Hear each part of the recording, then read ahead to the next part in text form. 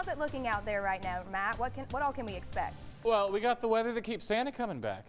I mean, if you lived in the frozen tundra, you'd want to come down where it's 60 degrees in December, wouldn't you? Absolutely. That's exactly what we had today. 66 out there as we hit the afternoon. We did start off at 31. And again, these numbers, yeah, they're not exactly the average, but they're within range. This is basically where we're supposed to be for this time of the year. So everybody who keeps emailing me about a white Christmas, understand that we're supposed to be at 60 degrees right now. So a white Christmas it's very rare here. In fact, we've only had one or two over the course of our record keeping, which spans back about 150 years. So keep that in mind.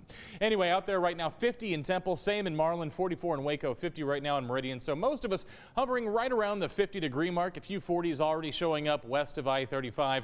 But again, most of us right there at about 50 degrees. And by the time you wake up tomorrow morning, it's going to be downright chilly. So we're watching another front. I know the last couple of weeks it feels like we have a front every third day or so. I kind of call this conveyor belt season because we get a lot of these disturbances that come through and we get a lot of cold fronts that come through. We had one come through yesterday morning, winds already back out of the east-southeast, but if you look off to our north, you see those north winds. We have another front coming through. It should come through as we get towards tomorrow morning. The wind speeds will pick up with this front, but notice I'm showing you my wind graphic. I'm not showing you my rain graphic because this cold front is going to come through dry. But as it does, you can see those wind gusts up to about 20-25 miles per hour for tomorrow morning. So as you start your day, and as a matter of fact, if you're heading up I-35 towards the DFW Metroplex, maybe to watch La Vega take on Carthage, then you're going to be driving straight into these winds. Not exactly the ideal situation for gas mileage, but it is what it is, unfortunately. Another one of these cold fronts coming through.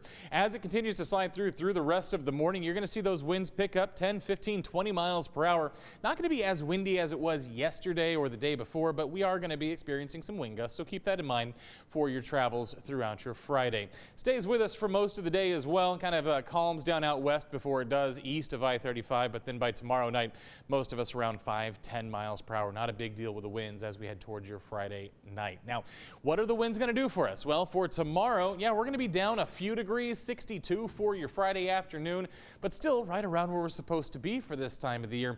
You're really not going to feel the effects of that cold front until we get to your Friday night, your Saturday morning, because we're going to see temperatures drop right back down to right around freezing Saturday morning. Some of us may make it into the 20s as we wake up to start our weekend. So keep that in mind. If you're heading out Saturday, I know a lot of people still got a lot of shopping to do with Christmas right around the corner, but if you're going to head out Saturday morning, just make sure you're bundled up a little bit because, again, it's going to be right around freezing.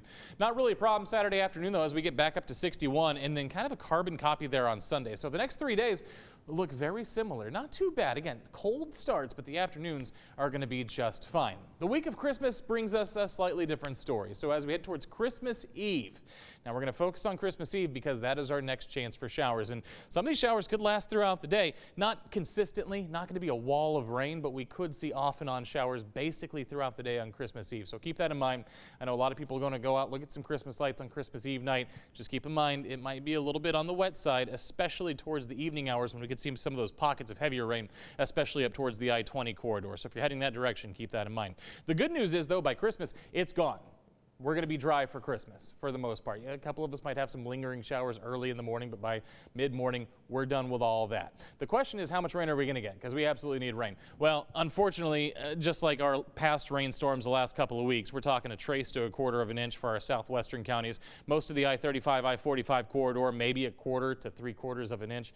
It's not going to be a drought-busting rain, and unfortunately, our drought does continue to kind of maintain that severity level that we've been seeing the last couple of weeks. So we need to get some measurable rainfall out there, but this is not going to be one of those times. But again, keep in mind, a couple of rumbles of thunder are possible on Tuesday. Note the temperatures. We are going to warm up fairly significantly into your Christmas holiday, so keep that in mind. Right around 70 degrees basically through the end of next week. Remember, if you want your forecast anytime, you can download our free 6 Plus app. It's on Fire TV, Apple TV, and Roku.